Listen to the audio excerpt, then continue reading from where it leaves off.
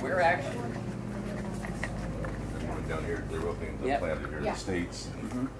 Yeah, and that's the thing that most companies don't want to tell you. When you reach a certain size, you can't source quality ingredients. It's impossible because there's a finite number of sources. Correct. And that is definitely true with us because, and we'll go over how high our sourcing standards are. That is definitely true with us. So we're actually growing right now. Right. So and we're actually slowing the growth down, oddly enough, because we have to. Because of the fact that we want to do it from an ethical standpoint, we want to do it from the nutrition standpoint we're looking for, and we also want to do it from the sourcing standard we're looking for. Are you guys doing that through new vendors and are not having new vendors, or just selling less to present vendors? Well, we haven't had to have any new vendors. We're scaling back our new getting out there to get new customers. But the nice thing is our sourcing standard is actually so high that we're dealing with a number of farms that other companies wouldn't touch because it's too expensive. I mean, and that's part of when we start talking about the dog and cat food. But so a lot of our sourcing standards, the people we compete with is like Whole Foods and like local co-ops and stuff like that. You know, whereas other companies compete for, you know, waste product and that sort of stuff. And so definitely be cognizant of that. And you'll always see it in the quality of our products. I mean, we are the most transparent, accessible company. You can actually,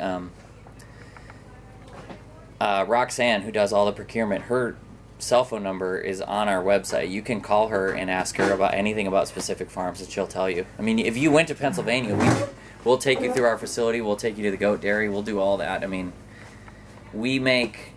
The thing I always like to say is there's no one who's more anal about food than my two bosses. They won't drink through a plastic coffee lid. So they're...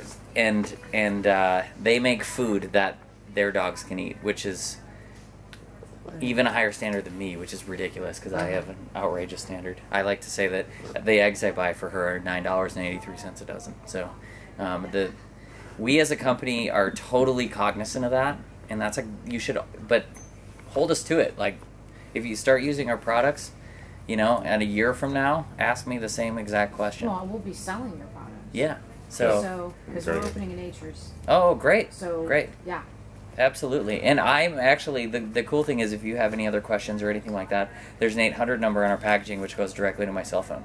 So I'm always available to chat about nutrition or take calls from customers or whatever it might be. You're moving down to Los Angeles, so they're going to have someone else up here in the Northwest, or is it just still going to be you covering the entire West Coast? Well, actually one of the woman who does formulation lives in Ashland, Oregon. Oh. And so she's going to be kind of semi-covering it. And then I'll probably be coming out, but I really am the science coordinator for the whole country right now as it is, so I do a lot of traveling everywhere. And so when it comes to, I'll just be focusing more on LA when I'm not traveling. And so we'll all be helping this area. But this area is really great in terms of its knowledge, in terms of the store owner's knowledge, in terms of the standard people are looking for. I mean, our growth has been, since I came on and I was the territory manager of this before I was a science coordinator, and our growth has been like 180% in this region, and so. I'm not surprised. How are you guys doing down in Florida too? What's that? How are you guys doing down in the southeast as well? Good. Actually, we're starting. I'm getting a lot of calls from Florida now, so I'm not totally cognizant of like the sales down there because Jacqueline, who lives in Pennsylvania, she does most of the East Coast. But judging by the number of calls, I can definitely tell the areas of. I'm a little ashamed because I'm from Wisconsin. And I don't get too many calls from Wisconsin. The Northeast hasn't quite caught on yet. It's not a West. This franchise is going gangbusters in the southeast right now, and that's why. Yeah, that's probably part of it. So, like I said, we've been a company for 5 years, and we make fermented pet food. And the reason why we ferment all of our pet food is because the missing ingredient from pet food is viable bacteria. When you spray bacteria onto kibble, it's not viable bacteria. You've actually removed that bacteria from its food environment, and you've suspended it in animation until it actually hits the digestive tract, and then it becomes possibly viable, right? Fermentation is cultures living in their native food environment that continue to eat and feed while you store the product, right? And so that's why we ferment everything we make. What does that mean? Fermentation? Yeah, like that you ferment all their products. You rot Everything it, that goes, right? including the meat? Yeah, so and that'll be the third thing I talk about. But yeah. So I'm gonna go. The first thing I want to talk about is the goat's milk. So what is the name of your food or your company? Answers Pet Food. Answers? Answers? Answers. Yep. I'll show it to you in the store. So we make. We were the first ones to bring raw goat's milk to the market. There's other companies that do it now, not nearly to the quality, and nobody ferments it. I can almost guarantee you 100% no one will ever do fermentation other than us, because you have to sit on product. It takes time. And people are not as dedicated. It's the same example I like to bring up where we brought milk to the market. That was really hard to do. Yeah. It's really hard to sell raw milk in most of the country. We sell in over 40 states. You have to really want to bring that. You have to have a passion beyond wanting to make money. You have to want pets to get raw milk. And that raw milk is the most important product on the pet food market. Out of all of our products, out of anyone's products. So it's raw goat's milk and raw cow's milk are the most complete foods on earth. They are more complete than any dog or cat food, hands down. If I don't believe that dogs and cats should eat one thing, but if there was one thing my dog could only consume for the rest of its life, it would be goat's milk, for sure. So we're taking not only the most complete food, but a food that's made to be food by nature, and that's a huge distinction. So when your animal eats other animals, those animals aren't there. They didn't evolve necessarily to serve dogs, right? They evolved to be their own species, to carry on their own lines and to procreate. They happen to be within a system of being eaten. But milk is not like that. It's actually made to be food. So all those nutrients in it are made to be digested. So milk was shown in a study with human children to be digested in 20 minutes, goat's milk. And the reason why is because it's made to be food, and it has every known digestive enzyme in it, okay? And so it essentially digests itself within 20 minutes. And on top of that, don't you go anywhere, because it's made to be food, it's completely balanced.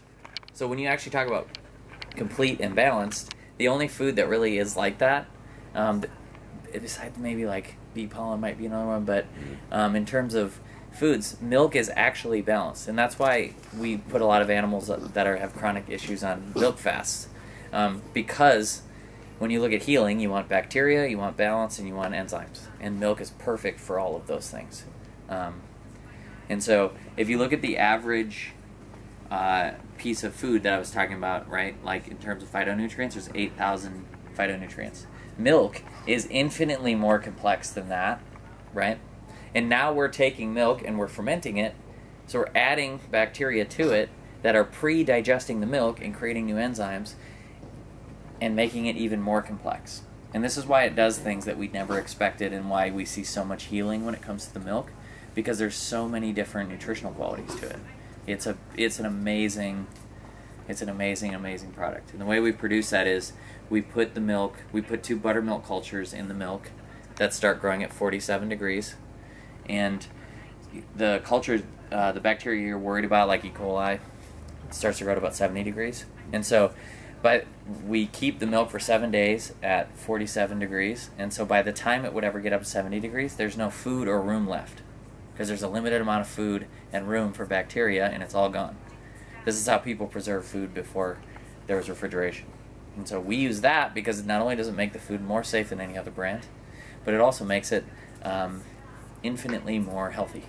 You're pre-digesting the food with bacteria. It's kind of an amazing, it's really like cool that my boss has kind of had the foresight to do it, and fermentation's kind of becoming a thing now. But in terms of that milk, if you take one thing away from this talk I'm giving, give your animals the raw goat's milk. Why would they heat up things like when you're making yogurt, as opposed to keeping it for 7 days? Well, I know that that's more of like a consistency thing. It's actually really hard to get to make like a raw yogurt with the consistency you're talking about. Because I mean, if you leave our milk out, it'll become a lot thicker, but it will never become that consistency. Yeah, it doesn't. Yeah. So in terms of, I always recommend too, if people are doing kibble diets, feed half of the calories as goat's milk. Put it right on the food because you need to, add that moisture back, because when you're talking about food and the moisture's taken out of it, that's actually hard on the elimination organs in terms of being, they evolved, the world is made of water, as I was saying. They evolved eating things made of water. And so when you take all of that out, this is why so many animals go into have like kidney issues later in life. It's because the quality of protein is so low because it's so processed, and because all the moisture is taken out of it. They need moisture in order to do that. And for those of, and so yeah, in terms of the milk, that's the number one thing in terms of and that's the reason why we, Lua, hi. It's the number one reason in terms of kind of why we're on the map, actually, because there's a lot of raw foods. So it's not that easy to get a foot in the door when it comes to if you're just a raw food. But nobody was doing milk when we started, and so the milk itself is a really cool story. Every carton of our milk is sealed by one Amish guy in Pennsylvania. Oh my gosh. The product is actually, so there's 5 other farms right within a 10-mile radius of his farm, and they deliver his milk to him. And he actually ferments the milk, and he seals all the cartons, and he blast freezes them and makes the entire product on the farm itself. And he's an amazing person, and he's only 26. Cool. Wow. That is great.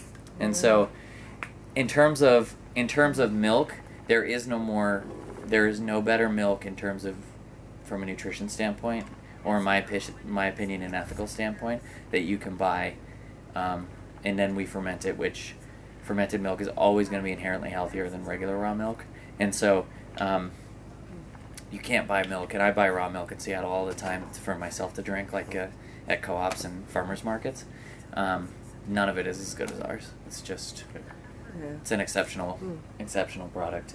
And the dairy's like an hour and a half from my boss's house, and so her and her husband, who's the president of the company, and her son is the CFO, and so they go out there constantly and make sure everything's on the up and up. So feed your animals goat's milk. So our other superfood products, so we have 2 kind of superfood line products. It's called additional, which you'll also get today. Is called fermented fish stock. Fermented what? Fish stock. Okay. So, is anyone familiar with a bone broth and how that works? Yeah. So people make bone broths for a number of reasons. It's kind of where our soup tradition comes for. Yeah. Yeah. But it's the art, it's cooking the bones for, at least 24 hours, usually longer than that, depending on the recipe, sometimes 3 days, sometimes up to a week, to get everything out of that, all the marrow, to get everything out in terms of the healing part of it. So we take a fish bone broth, because we actually boil the carcasses and heads of fish for 24 hours. And then in a separate tank, we actually ferment raw sardines, which are then pulverized, and then we add, it's 30% raw fermented sardines. Sardines are great for dogs. So this product is it goes well beyond its comparison to fish oil, but it's far superior. It's been really cool for us because we released it knowing, some of the stuff it would do, but now we're starting to get all these testimonials for stuff we didn't anticipate, and we kind of have to figure out the science behind it. So the first part is, it's the best joint supplement. So joint supplement, you're looking at typically 3 parts of the glucosamine, chondroitin, and MSM is usually the 3 main ingredients, possibly with some herbs. Those are 3 parts that are needed to rebuild a joint. This has all 10 because you're dealing with the entire carcass of the fish. This has all 10 of properties in that family. It also has, it's really high in gelatin, which cushions joints. So for any dogs that have joint problems, give them our fish stock, the recommended amount for a month, and I guarantee you'll see a huge difference. I mean, nothing beats this as a joint supplement. It's also the best fatty acid supplement. So in terms of fatty acids, people are very concerned with omega-3s, but really there's 22 omegas, and they all have to be within the correct ratio to work efficiently. So a lot of the reason why dogs have all these chronic health issues is because they eat bad food, and those foods are full of omega-6s, which are the inflammatory omega-6, which is necessary. It's as necessary as the anti-inflammatory, but when you do too much of it, right, and you don't have any viable omega-3s because they're very fragile in processing, then the inflammatory part of the healing process starts, and it never stops because the omega-3s is what's supposed to stop it. And so AFCO actually doesn't recognize omega-3 or 6 as essential nutrients, which is totally ridiculous because we know that it's true that they are. So I have a couple questions. It doesn't seem oily. It seems strained, and it's, I don't know, omegas aren't necessarily oily? No. Okay, and do you strain it? I mean, there's omega fatty acids in every food. Oh, okay. And do you strain it? Is that why it's clear and see-through? Well, yeah, we strain the fish broth part of it, but then you'll see little bits in it. Do you? Okay. That's the raw fermented sardines. Okay. So this is, yeah. Okay. So and this is collagen is just kind of free-floating in there? Yeah. Okay. So you will see a vast improvement in like a week or two. This is the best joint supplement in terms of, or I'm sorry, fatty acid supplement as well. So yeah. Louis, you can sit. If she gets to be too much, you can. I don't mind, but she kind of wants to go off. Oh, really? If I let go of her, she won't jump? No. Well, I mean, I don't think she's going to run out the door. No, I don't think she will. She doesn't want her shopping. Sometimes she steals things in pet I don't stores. care. No, let her go then. She's a guest. You want to go? There you go. You get to go. They said And so. she can have like a turkey tendon if I give her. There one, you right? go. Yeah. She's Woohoo! gonna come. Let's go shopping. Good, go, follow her. Tell her you give her a treat and she'll follow Want a you. treat? Want a cookie? Oh. Cookie Bun, come on. Oh.